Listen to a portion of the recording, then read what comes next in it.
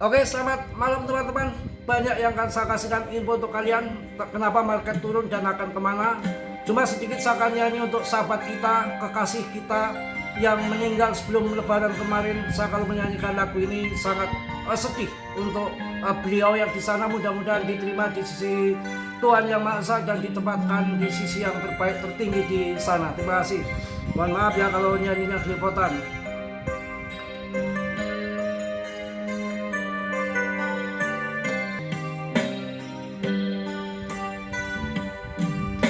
Kemarin kau datang kepadaku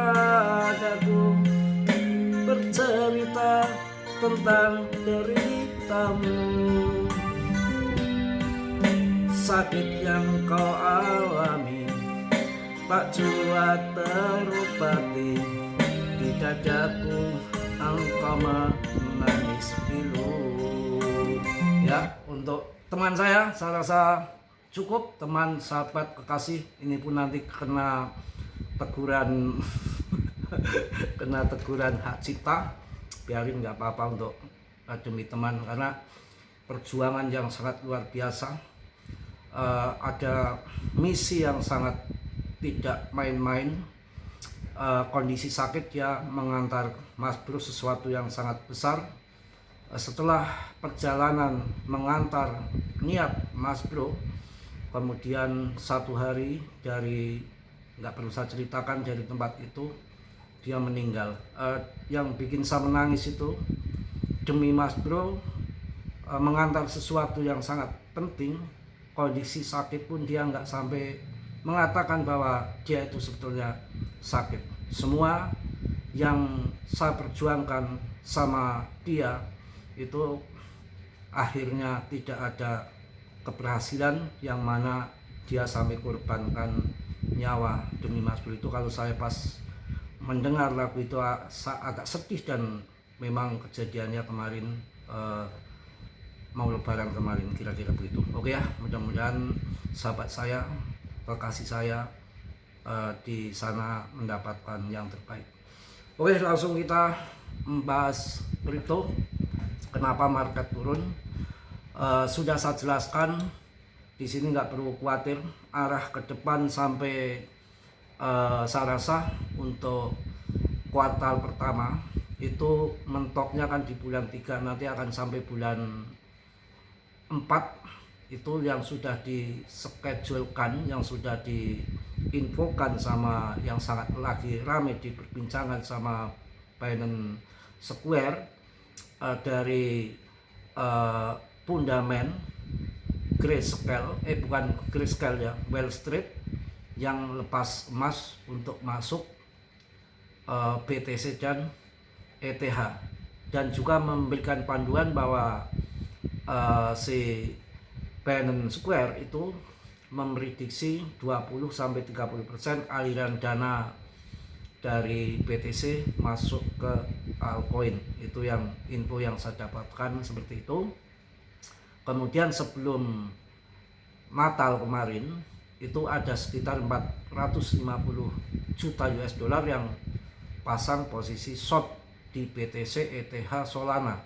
Kemudian pasti dipam karena leverage-nya cukup tinggi, dipam sejenak ya kemarin. Kemudian 24 jam ini kena likuidasi sekitar lumayan besar ya, ada 750 miliar. Gila nggak? 750 miliar itu bukan uang sedikit kawan. Kalau buat nambol orang tuh bisa terpental ke terpental ke langit ya. Itu 750 miliar, besar.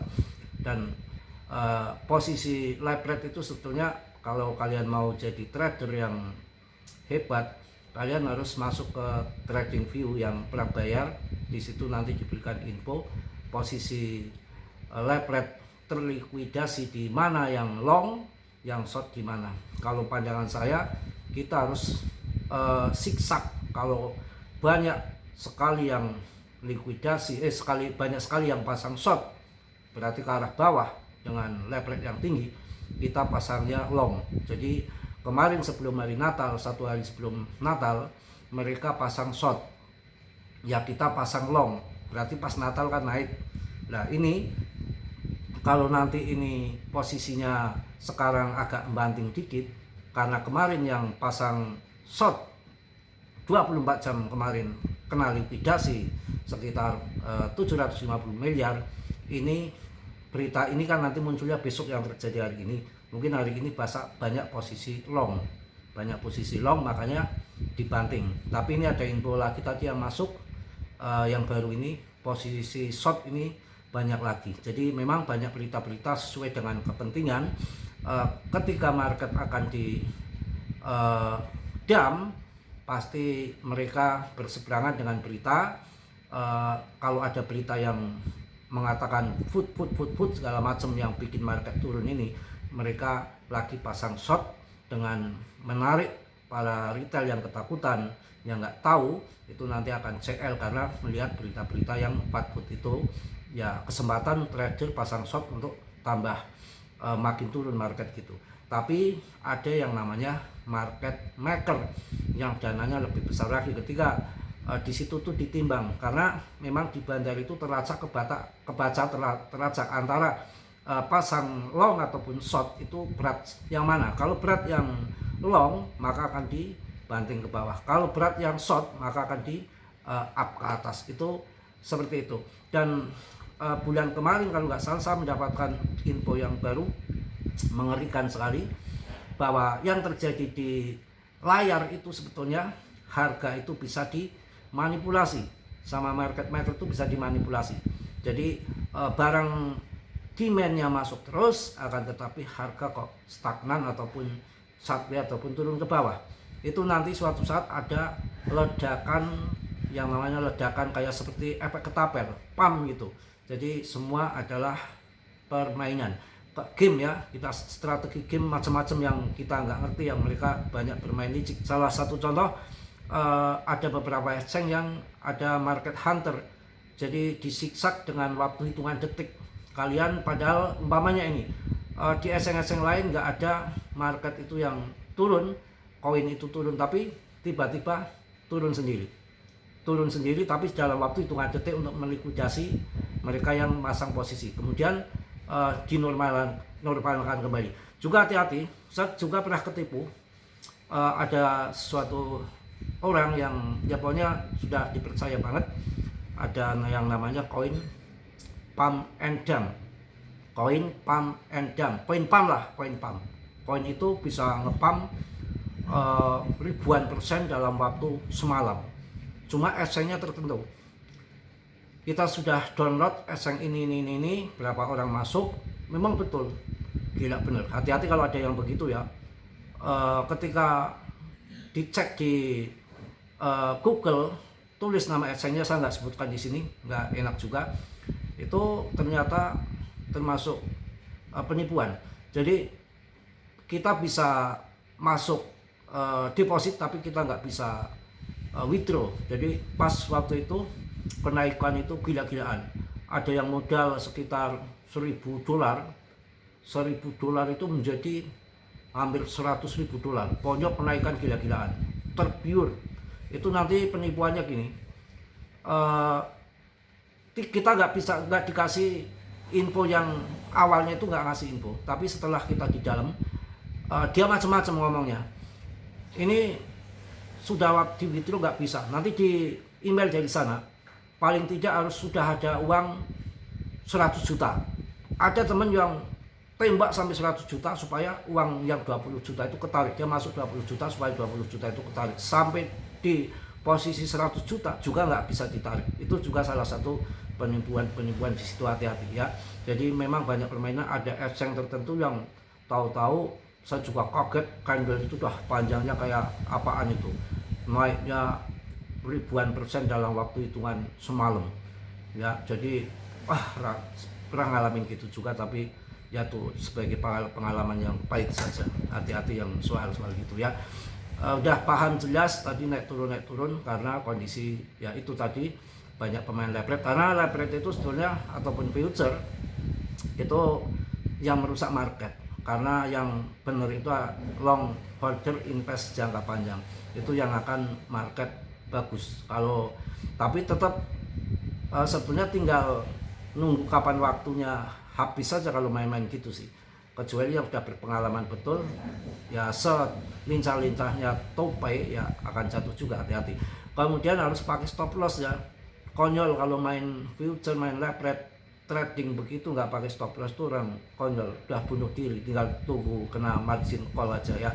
Itu yang saya sampaikan. Mungkin nggak ini juga banyak info yang ada token unlock lagi yang wajib dipantau minggu ini ya. Itu ada hyper minggu ini akan unlock tanggal 29, berarti besok ya. Ini kan 29, kalau di AS kan masih tanggal 28 ya. Hyperliquid ini akan unlock lagi tanggal 29 Desember. Kemudian ada Sui ya. Kemudian ada Eigen Clone itu singkat aja karena tadi udah nyanyi sedih untuk teman saya.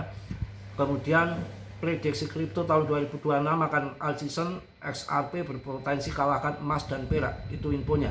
Tapi jangan dipercaya 100% kalau XRP itu ya. Juga prediksi ini yang meningkat lagi, TVL ETH ini bisa dipercaya 10 kali lipat di tahun 2026. Memang akan diadopsi akan diperdagangkan di Wall Street. Tahu sendiri siapa yang nggak kenal Wall Street, raksasa di planet bumi ini yang bisa, ya luar biasa lah tata keuangan mereka yang dikelola berapa gitu ya. Koin-koin yang akan melonjak tahun depan itu yang cerah kayaknya ada RWA, yang artinya RWA itu utilitasnya jelas dipakai dalam dunia nyata ya. Jadi seperti ya pokoknya ada RWA yang ditokenisasi, lonjakan kapitalisasi. Ini kapitalisasi untuk aset nyata yang ditokenisasi ataupun RWA diharapkan mencapai 300 miliar dolar tahun depan, menandakan peningkatan 10 kali lipat dari nilai saat ini. Wah gila, makanya tahun depan mudah-mudahan kita sukses semua. Perusahaan besar seperti Goldman Sachs ini ya, Benny Mellon, Franklin Templeton, dan BlackRock diprediksi akan melakukan investasi besar-besaran dalam segmen ini. Ini menunjukkan kepercayaan yang meningkat pada teknologi blockchain untuk pengelola aset nyata. Kemudian ada agen AI, ya prediksi masa depan cerah, itu yang akan kejadian ke depan, ataupun ada game fee ataupun finance. Mungkin itu aja yang saya sampaikan untuk malam hari ini. Mohon maaf yang sebesar-besarnya, tetap semangat. Nanti saya rasa banyak info-info besar dan banyak dana-dana besar yang akan masuk. Kita sabar sampai cuan besar di PP katanya mau kawin ya, kawin nanti ya, tenang. Semangat ya, semangat. Jadi tetap dia riset sendiri dalam dunia kripto berisiko tinggi. Mas Bro tidak bertanggung jawab atas kerugian kalian, semua kerugian ditanggung masing-masing. Yang positif kalian ambil, yang perlu kalian tendang. Tidak ada sutila yang belum subscribe untuk subscribe. Yang sudah Mas Bro ucapkan banyak-banyak terima kasih. Salam dari Tegal Mas Bro. Wassalamualaikum warahmatullahi wabarakatuh.